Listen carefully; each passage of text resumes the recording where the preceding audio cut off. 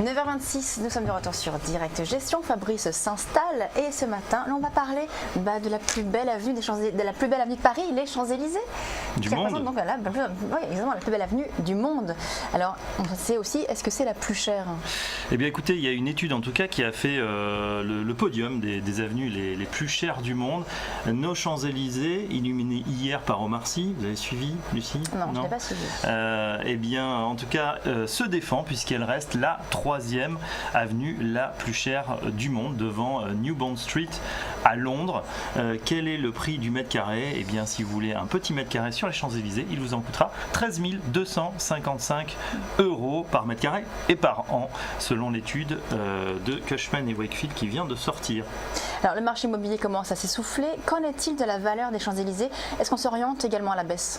C'est vrai que le marché immobilier commence à pâtir peut-être de ses excès, commence à se tasser, mais pourtant pour l'immobilier de commerce, ce n'est pas le cas, notamment sur cette plus belle avenue du monde. La valeur locative qui avait atteint des records en 2012-2013 reste sur des niveaux extrêmement hauts. Alors évidemment, il y a des nouveaux entrants sur les Champs-Élysées pour ceux qui ont la chance d'aller à Paris se balader. Il y a Tiffany qui vient d'arriver au numéro 62, Tag Heuer numéro 104, donc plutôt des valeurs du luxe. Et du coup, ça tire le marché à la hausse. Le trottoir pair donc progresse, celui qui est au soleil, 6%, plus 6% en un an, notamment sur toutes les artères en fait du luxe dans la capitale.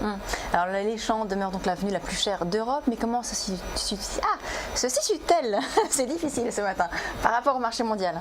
Eh bien, j'ai vraiment l'impression qu'en fait ce marché mondial des artères du luxe suivent l'économie, puisque sans surprise, c'est New York qui redevient la plus chère avenue du monde avec la 5e avenue tout simplement. Alors là, on est vraiment dans des niveaux stratosphériques, c'est à 29 000, près de 30 000 € le mètre carré par an, et ça reprend sa place de leader devant Causeway Bay à Hong Kong à 23 300 € le mètre carré. À noter, Hong Kong l'an dernier était premier et il a baissé. Pourquoi? Tout simplement, un peu comme les valeurs boursières, parce qu'on a le marché américain qui est en plein boom, donc du coup les entreprises reviennent et essayent de revenir sur ces emplacements premium.